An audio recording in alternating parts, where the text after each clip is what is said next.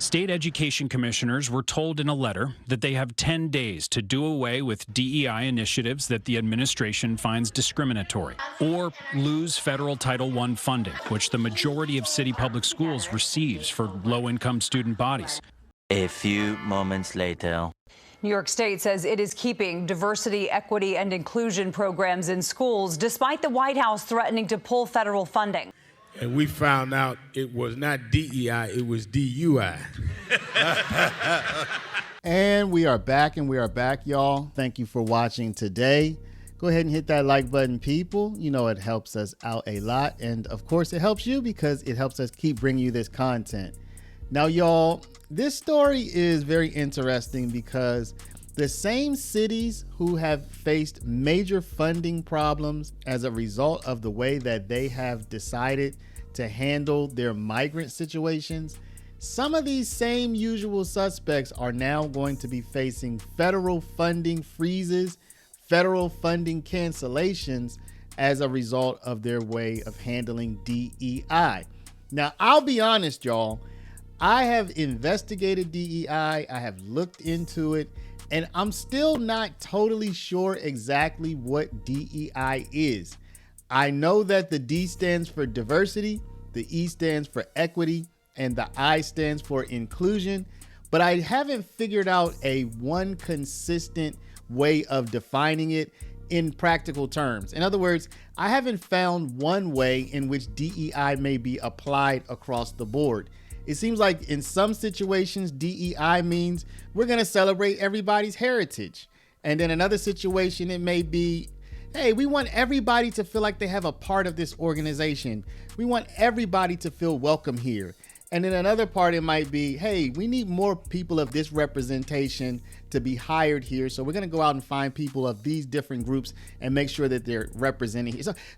There's just a wide variety of different ways that DEI could in practice be implemented in an organization. So that difference from one place to the next as to how they actually implement DEI, to me, kind of just makes this term a little bit of a useless term in a sense, because it doesn't really refer to one thing.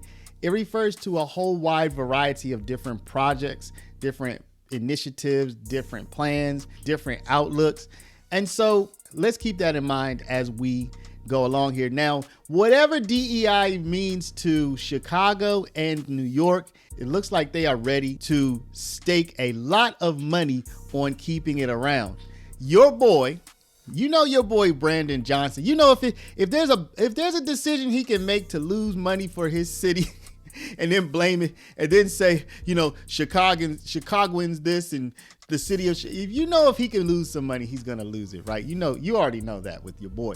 So let's take a look at this Chicago Tribune article. Mayor Brandon Johnson responds to Trump threat to revoke CPS funding over DEI.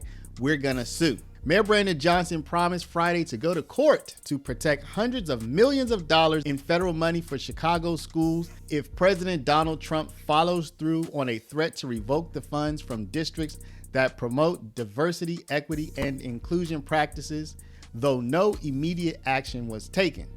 Quote, "We're going to sue," Johnson told reporters at an unrelated public housing event when asked how he will respond. "We're not going to be intimidated by these threats. It's just that simple.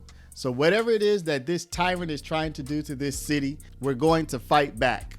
Mayor Johnson's threat to sue over the funding cut may be weakened by a recent Supreme Court ruling that has allowed Trump to cut teacher training grants in a DEI-related case.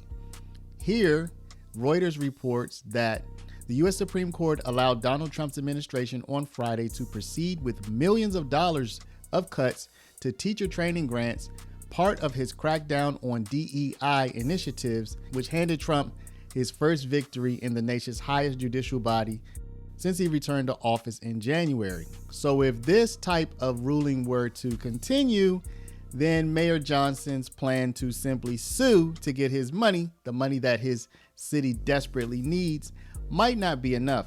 Now, as I already said at the beginning of this video, y'all, I am not the DEI expert. I think that DEI probably means something different depending on which organization we're talking about, but it also is often associated with race, right? So often it's associated with race. That's something that I do know, even though not always, it's often associated with race. And you know what else is often associated with race? Organizations run by and associated with Al Sharpton. Here we're gonna take a look at a hilarious clip by Al Sharpton where he kind of lets the cat out of the bag a little bit and admits something that's quite embarrassing for himself and his own DEI related initiatives. A word of caution, this organization is 34 years old, so I know the ups and downs of activism. Make sure if you take someone to an AG's office, if you're in the state that AG is in line with their thinking, that it's a legitimate claim. Everybody that claims to be a victim, make sure they are a victim. Because a contractor came to the Uptown office and said they had canceled him because of DEI. And it was a $500,000 contract that he never did the job. And we found out it was not DEI, it was DUI.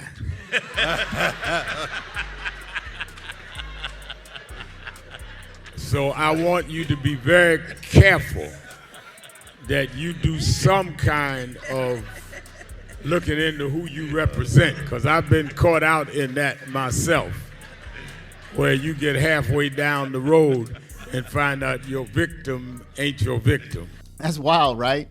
But see, y'all, it's not just Mayor Brandon Johnson in Chicago, but as I said, the sanctuary cities tend to be the ones that are also going to defend DEI. Now we're going to take a look where New York is pushing back and they're saying, look, we have our DEI and we like it and we're going to keep it. So let's take a look at New York. Schools Chancellor Melissa Abeles Ramos introduced new programs in East Harlem, her first signature announcement in her first 6 months on the job. But just before she took the stage, the headline was stolen by one out of Washington. Education reporter Doug Williams has that story. But it was during Thursday's remarks at Esperanza Prep in East Harlem that the federal funding for this school and thousands of others in the system was threatened by what's left of the Trump administration's Department of Ed. State education commissioners were told in a letter that they have 10 days to do away with DEI initiatives that the administration finds discriminatory, or lose federal Title I funding, which the majority of city public schools receives for low-income student bodies. I try to ask the chancellor about it, considering the school we're standing in is one of them. The Trump administration sent a memo to state education officials across the country to comply with DEI practices. Doug, on topic. How is that off topic, respectfully? I mean, it impacts potentially every student in the system. You know what? We're here today to celebrate community, our families, our students who are going to be leading charges on wellness, on safety, and on all the resources that exist across New York City. Diversity is a superpower here in New York City. We are always going to honor that. We are always going to make sure that we are serving every single child and family in New York City. If you have 60% students receiving free or reduced price lunch, you qualify as a Title I school, and the citywide average is above 70. Really hard to overstate how massive a cut that would be. And Doug Williams joins us now with more. Doug, have any of our local education departments said what they plan to do? Yeah, I reached out to the departments of ed in New York, New Jersey, and Connecticut. Alan, spokespeople from all three are saying more or less the same thing right now. We just got the letter.